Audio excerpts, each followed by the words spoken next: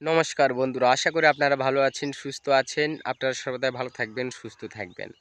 তো এক ভক্ত আমাকে কমেন্ট করে বলেছিল যে প্যারালাইসিসের বানের ব্যাপারে। তো আজকে যে প্যারালাইসিস বান মন্ত্র দিচ্ছি, এটা আমার খাতার থেকেই দিচ্ছি। সব মন্ত্রগুলোই আপনাদের মাঝে আমি ডায়েরি থেকেই দিচ্ছি। তো আজকে যে মন্ত্রটি এটা হচ্ছে প্যারালাইসিস বান। আপনার শত্রুর উপর আপনারা যদি প্রয়োগ করেন, সে প্যারালাইজ হয়ে পড়ে থাকবে, তাকে আর কেউ ভালো করতে পারবে না। তো এটা আপনারা শত্রুতামূলক যত পর্যায়ে হোক আপনারা এটা সহ্য করবেন না, কারো ভবিষ্যৎ নষ্ট করবেন না।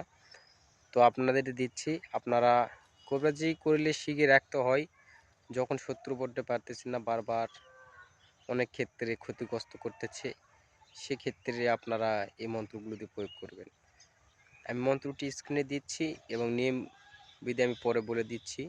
আগে মন্ত্রটি দেখুন, আমি মুখে বলে দিচ্ছি, মন্ত্রটি শুনুন।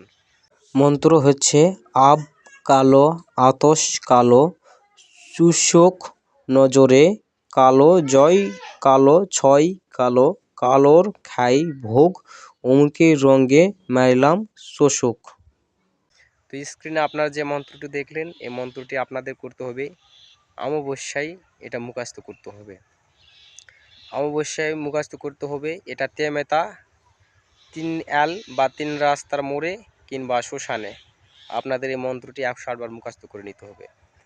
মুখস্থ করে নেওয়ার পরে আপনারা যখন প্রয়োগ করবেন, যাকে আপনারা প্যারালাইজ করে রাখবেন, তার বাড়ির মেন দরজার সামনে, এটা কোনো কিছু লাগবে না, কোনো দ্রব্য কোনো কিছুগুলো লাগবে না, শুধু মন্ত্রটি সিদ্ধি করে নিলে কাজ হবে।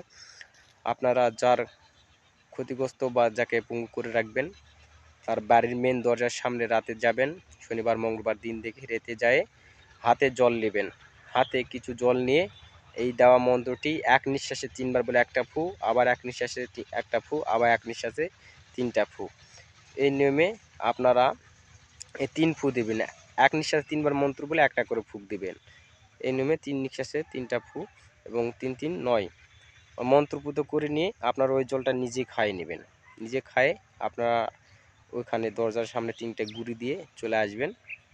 কাজ ওকে, আপনার কাজ হয়ে যাবে। তো কিন্তু আপনারা এটা ভেবে চিন্তে কাজ করবেন আর নিজ দায়িত্বে কাজ করবেন। তো অবশ্যই আপনারা বুঝতে পেরেছেন। যদি ভিডিওটি ভালো লাগে অবশ্যই লাইক শেয়ার কমেন্ট করবেন আর অবশ্যই আমার পাশে থাকবেন। নমস্কার।